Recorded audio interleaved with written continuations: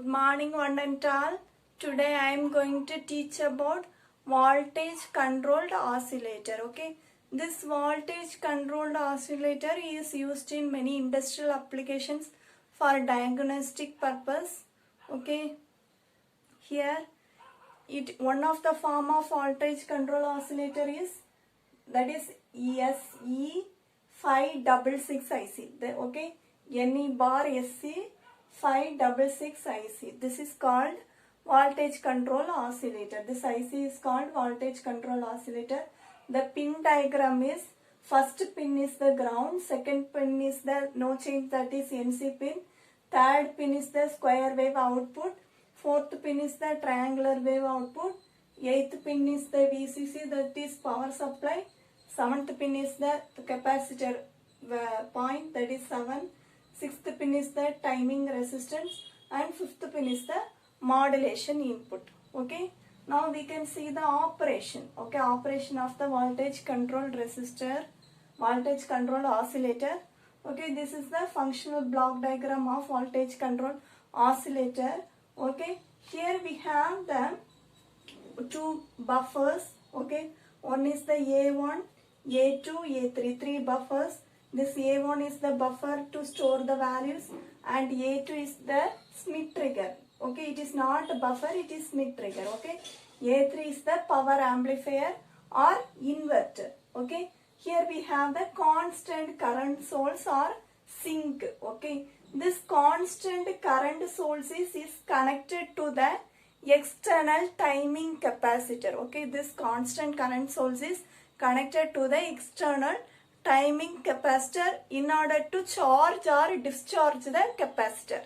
Okay, in order to charge or discharge the capacitor. So depending upon the value of modulating input, this capacitor is charged or discharged. Okay, since the modulating input is given to the constant current source, depending upon this modulating input values, the capacitor is discharged and charged.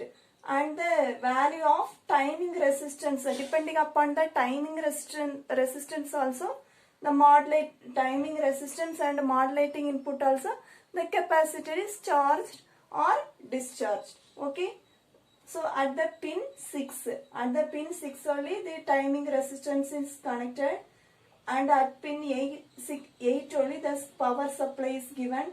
Okay, so now we can see the operation. Okay, here the potential difference between pin 5 and 6 is almost equal. It is equipotential. Okay, this almost zero. Okay, the potential difference between pin 5 and pin 6 is almost zero. That is, two are also equal, so only it is 0. Okay, if you different the value, you will get 0. So it is equipotential. Okay, the value of pin number 5 and 6 is equipotential. Okay, that is the modulating input, and the 6 is the RT. Okay, modulating input and the timing resistance is almost 0, that is equipotential. Okay, so if we increase the modulating input voltage, if we increase the modulating voltage, that is, this is the modulating voltage, that is pin number 5. Okay, if you increase the modulating signal, modulating voltage, the pin at the voltage pin P also increases, pin 6 value also increases. Okay, and here a small capacitor of 0.01 microfarad is connected between the pin 5 and 6. Okay, between 5 and 6 a small capacitor is connected that eliminates the oscillations, that is ripples, that eliminates the ripples and oscillation. What are the possible oscillations and ripples occurs that are eliminated by this capacitor. Okay, so the voltage across the capacitor CT is now applied to the buffer A1. Okay, the voltage across the capacitor, that is CT, is applied to the buffer A1. Okay, and the output is a triangular output. Okay, so the output is a triangular output. This output of the buffer is the triangular output we will get at the pin 4. Okay, this buffer output is applied to the Schmitt trigger. Okay, this buffer output is applied to the Schmitt trigger. Okay, this Schmitt trigger changes this triangular waveform into the square waveform. We already know that Schmitt trigger changes the triangular waveform to square waveform. Okay, so here the input voltage of Schmitt trigger is designed as the VCC and 0.5 VCC. Okay, the input voltage of Schmitt trigger is designed as, that is, see 0.5 VCC and VCC. Okay, now if RA is equal to RB means, that is internal timing resistance, if RA is equal to RB means the input voltage of the Schmitt trigger at the inverting terminal is 0.5 VCC to 0.25 VCC. Okay, the VCC value is 0.5 VCC to 0.25 VCC. When the capacitor CT exceeds 0.5 VCC means, when the capacitor value exceeds 0.5 VCC means, during charging means, the output of the Schmitt trigger is low. Okay, when the capacitor exceeds the 0.5 VCC means the output of the Schmitt trigger is low. That is, it is 0.5 VCC. When the capacitor discharges means, okay, even in the next step, when the capacitor discharges means the output of the Schmitt trigger is 0.25 VCC. That is, the output is high. So that only you will get a square wave. When capacitor charges, you will get 0.5 VCC here. When capacitor discharges, you will get 0.25 VCC. So that only you will get a square wave. When capacitor charges and discharges means only you will get the square wave. So what is the thing means? The output of buffer A1 is the triangular wave.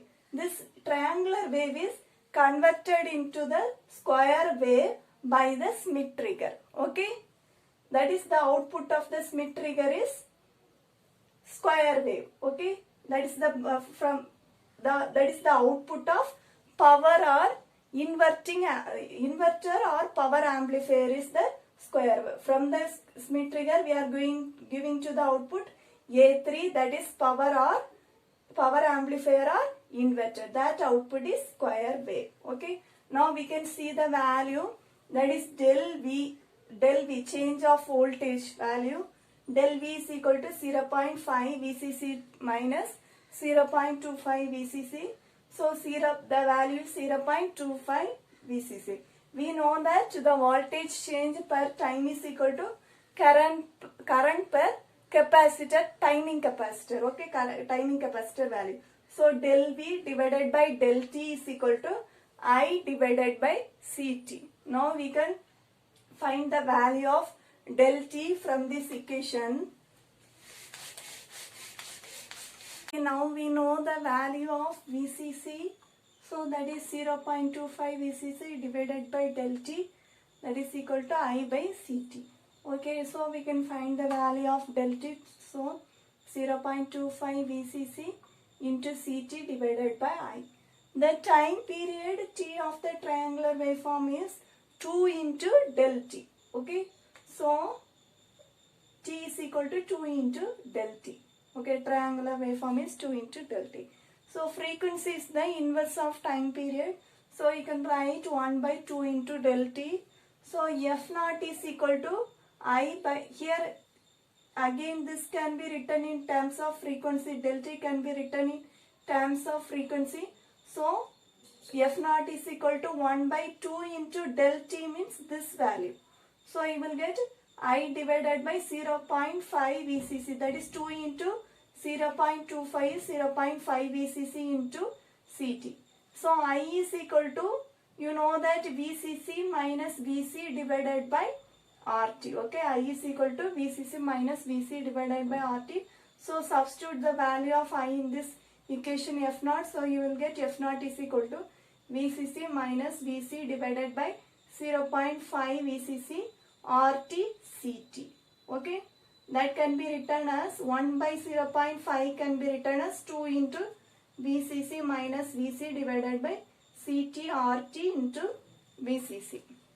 Okay, So by changing the output, okay, the output frequency of the VCC can be changed. Okay, the output frequency can be changed by the value of, by changing the value of CT, RT. Okay, by changing the value of CT and RT, that is timing capacitor and resistance, the output frequency can be changed. Okay, that is, the output frequency lies in the center of the operating frequency range. Okay, so similarly the modulating voltage also can be changed. So that we can see in the next class. That's all. Thank you.